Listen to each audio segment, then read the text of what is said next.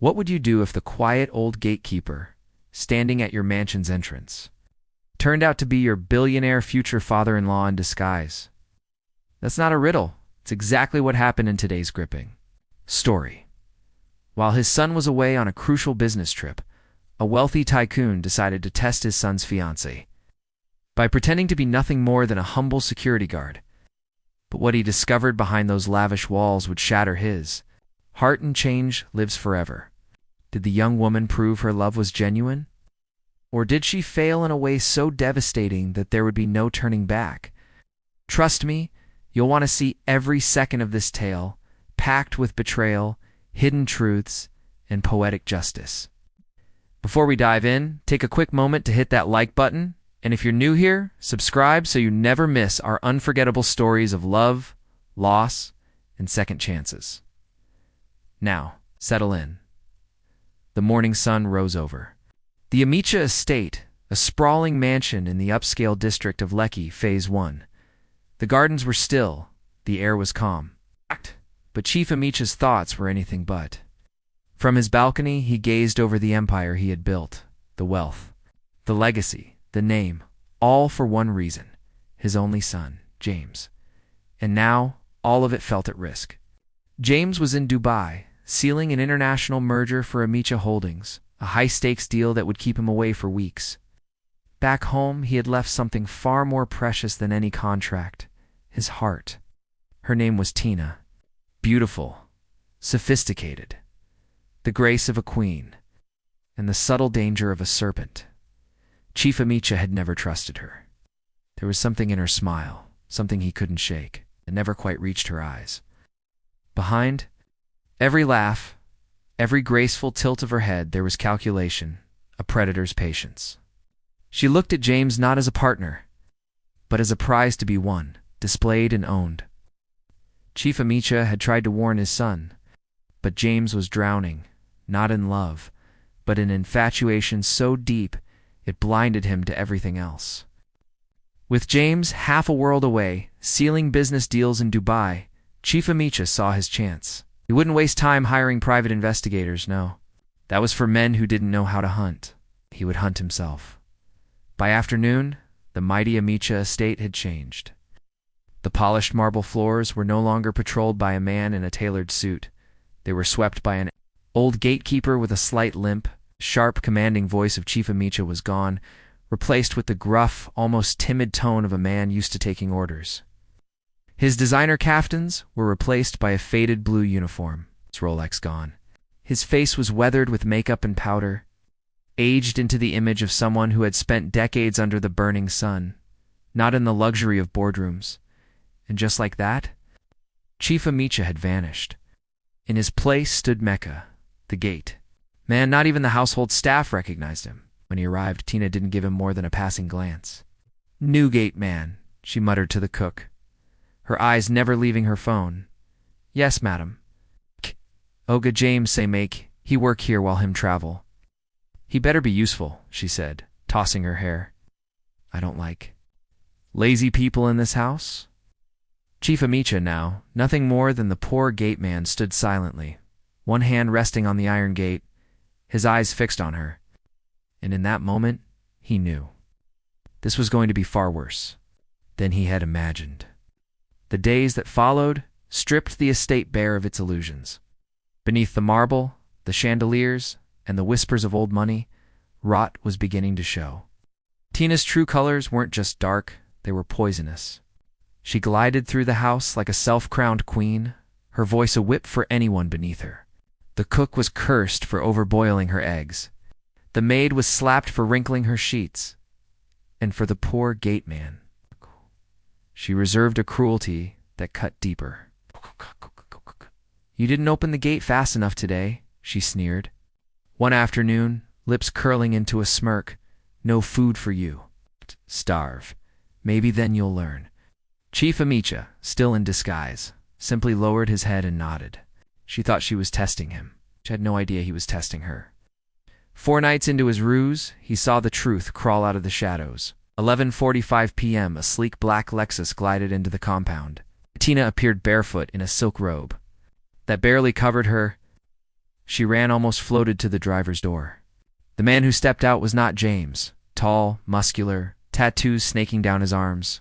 "Baby, I missed you," Tina whispered, before throwing herself into his embrace and pressing her lips to his, shameless under the night sky. From the darkness of the gatehouse, Chief Amix's fists clenched until his knuckles burned, but he didn't move. Not yet. Her laugh sliced through the night. "James is such a fool. He thinks I'm here crying over video calls. Let him build his empire. I'll enjoy myself here." The lover wrapped an arm around her waist and followed her inside James's home. But the betrayal didn't stop there. The next day she welcomed another visitor, this time a woman, not a friend. Chief Amicha watched from a distance as the two women giggled over wine in the living room, then slipped into the guest room. The laughter that followed turned into whispers, then moans. James's home had become a palace of betrayal. And still, she'd never missed a chance to spit venom at the gate man. "Old fool," she hissed one morning, pointing a perfectly manicured finger at him. "If I hear you tell James a single word, I'll say you tried to touch me. I'll cry, I'll scream. He'll believe me. You're nothing. It's just a gate man." She walked away with a laugh cold enough to frost glass. Chief Amicha stayed still, silent, observing. His plan was working. That night, in the dim light of the staff quarters, he sat cross-legged on the floor, pulling a small notepad from his pocket. Every name, every date, every sin, he wrote it all down. When James returned, the truth wouldn't just be told, it would be unveiled. Looking up at the cracked ceiling, he whispered, "My son may be blind, but I will not let him walk into hell with his eyes closed." From the outside, the Amicha mansion still gleamed with wealth-trimmed hedges, a dancing fountain, luxury cars parked neatly in the driveway. But inside, rot was eating the heart of it, and only one man saw it all: Chief Amicha, the humble gate man, now lived as a silent witness. He saw things that would crush any father's spirit, but he did not flinch. He could not. Not yet. One rainy morning, he stood under the small shade of the gatehouse, still damp from the downpour. His stomach twisted painfully. He had not eaten in 2 days. "Here's your rewritten 4th section. I've sharpened Tina's cruelty, added more emotional weight to the cook's scene, and kept the tension building so the stakes keep rising." Tina's cruelty had no ceiling. One morning, she told the maid coldly, "Don't feed him. If he's hungry, let him beg on the street. Lazy people don't deserve to eat." The maid, terrified of her temper, obeyed. Chief Amicha didn't ask twice, he simply endured. That same afternoon, Tina strolled past him, a glass of wine in hand, her perfume thick in the air. "So, Mr. Gateman," she mocked, pausing just long enough for the insult to sting. "How's the hunger strike going?" He didn't answer. He just met her gaze with a steady silence. "Ugh," she muttered, rolling her eyes. "I don't even know why James hired you. You smell like poverty." That night, by the dim glow of a desk lamp in the staff quarters, he wrote in his journal, "Day 6 starvation used as punishment. Verbal abuse, no remorse." The staff had learned to fear her. One afternoon, the cook mistakenly served her meal a few minutes late. In a flash of rage, she hurled the steaming agusi soup onto the kitchen floor and ordered him to lick it up.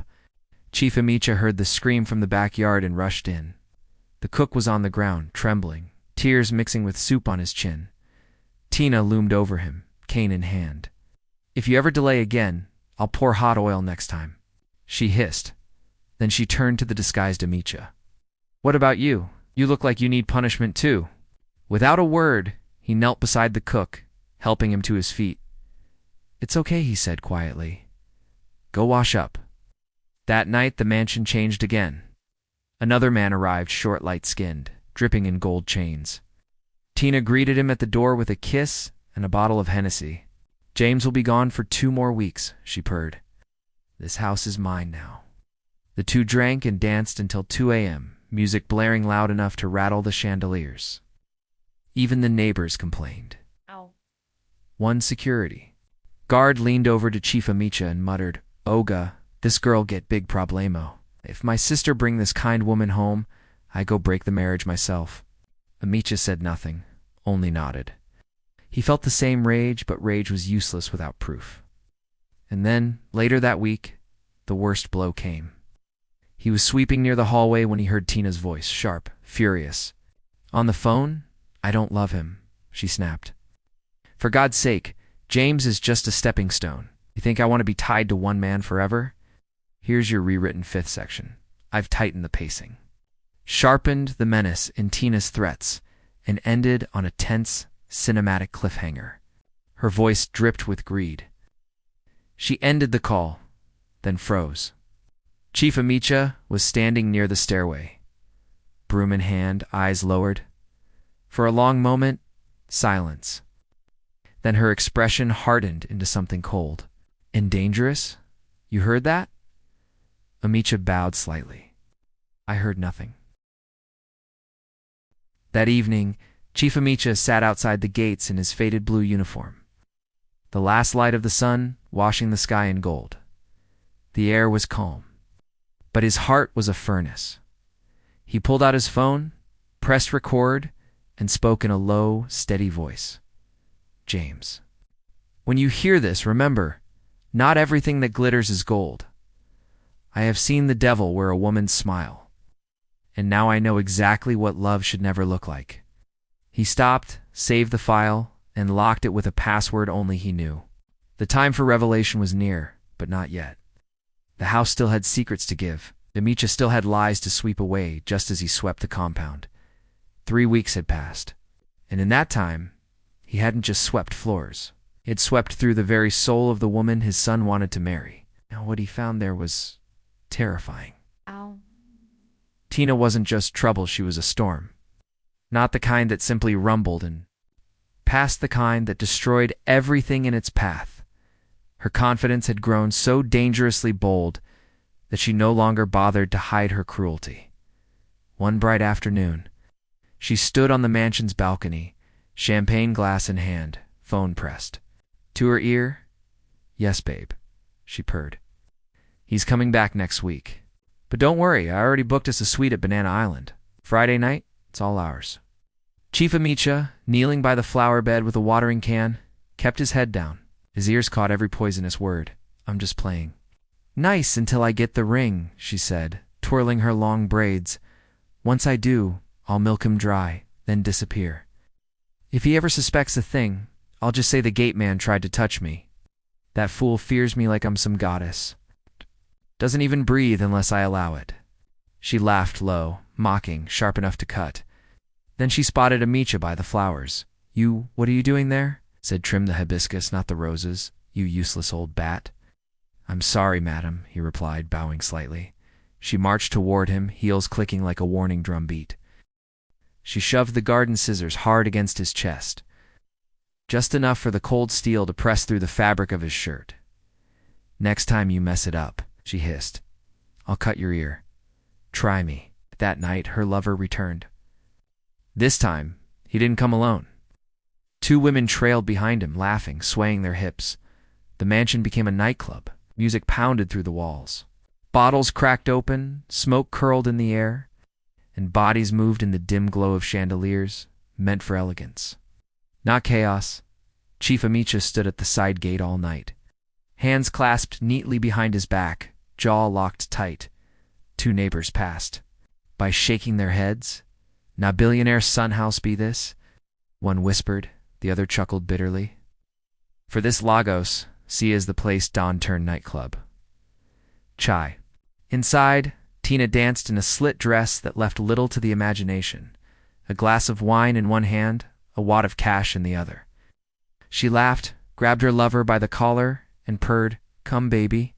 Let's play a new game," before dragging him upstairs at AMX, turned away. But not before quietly lifting his phone and taking a photo. By morning, the chaos had burned out into hangovers. Tina staggered out barefoot, eyes heavy, her hair a tangle. The front gate was shut. "Open the gate," she barked. Mecha moved slowly. She stormed toward him, unscrewed a bottle of cold water, poured it over his head in one merciless splash. "Next time I talk, you obey like a dog. You hear me?" The cook rushed out, eyes wide. "Madam, please. He's old, don't treat him like that." Tina spun around and slapped the cook so hard the sound echoed. "You dare raise your voice at me. You're next." And she jabbed up. Manicured finger toward Amicha. "And you, if you ever open your dirty mouth to my fiancée, I'll finish you. I swear I'll tell the world you tried to rape me. They'll drag you on TV. You'll die in prison. Your family will rot in shame." Amicha said nothing. But in his eyes, the fire was no longer hidden. It burned openly now. Later that day, he slipped to the back gate and made a quiet call to his personal assistant. "Everything is documented," he asked. "Yes, sir," came the reply. "Videos, voice notes, phone calls, pictures, everything compiled and ready." Amika's lips tightened. "Good. When the time comes." Chief Amicha didn't finish his sentence, simply ended the call, slid the phone back into his pocket, and returned to sweeping the driveway like nothing had happened. The broom moved in slow, steady strokes each, one as controlled as the storm gathering in his chest. Tina's laughter drifted from the balcony upstairs. She was on another call, her voice syrupy and sweet, dripping lies as easily as honey from a spoon. She didn't see him glance up, didn't notice the way his eyes followed her like a hawk tracking prey. By evening, her lover's car was back in the driveway. They stayed inside for hours, music, glasses clinking, bursts of laughter. Amicha remained at his post, still, silent, invisible. The hunter was letting the prey believe she was safe. When the guests finally left, Tina walked past him, the faint smell of champagne and cigarette smoke clinging to her. She didn't even look. His way, and that was fine. She wouldn't see him coming when it mattered. In his journal that night, he wrote only 4 words. Clip after clip lit up the big screen. First, Tina's voice, dripping with contempt. "James is a fool. I'm only here for the money." Gasps rippled across the room. The next, her cold threat to accuse the gate man of rape if he ever spoke. "Up!" Reporters leaned forward, pens frozen mid-dash air. Then Tina slapping the maid, calling the staff useless dogs.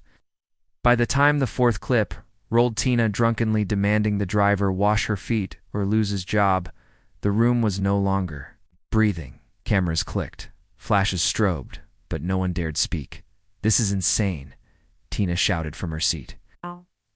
"This is blackmail."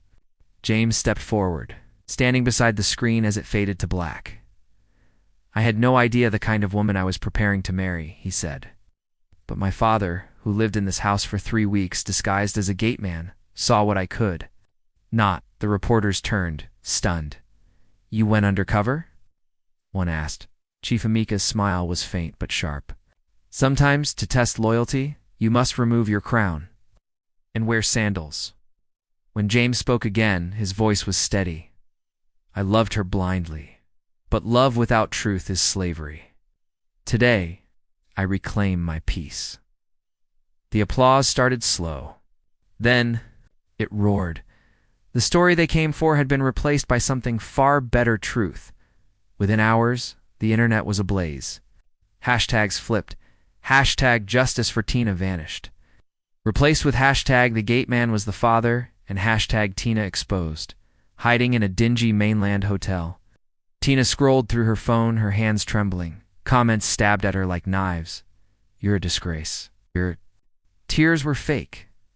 You almost ruined a man's life." She logged out, heart pounding. The lie was dead. Truth had buried it. That evening, James and Chief Amicha sat in the quiet compound. The sunset painted the sky gold. "Why didn't you say anything earlier?" James asked. Amika's answer was soft but cutting. "Sometimes silence lets your enemies dance long enough to trip on their own feet." James nodded. "I've learned one thing, Dad. Never ignore the signs, and never love blindly." Father placed a firm hand on his shoulder. "And next time, son, choose with your spirit, not just your eyes." The Amicha estate felt different now. Lighter, freer. The staff smiled without fear. Flowers bloomed as if the soil itself had been cleansed. Tina's world, however, was collapsing. Liar gone, sponsors gone, friends gone. She was no longer a star. She was a warning. One morning over breakfast, James leaned back in his chair. Dad, you once promised to find me a good wife. Misha smiled knowingly. Yes, and I meant it. James frowned slightly. But what does good mean? Honest, obedient. His father chuckled. A good wife, son, is a woman who will guard your name when you are not in the room.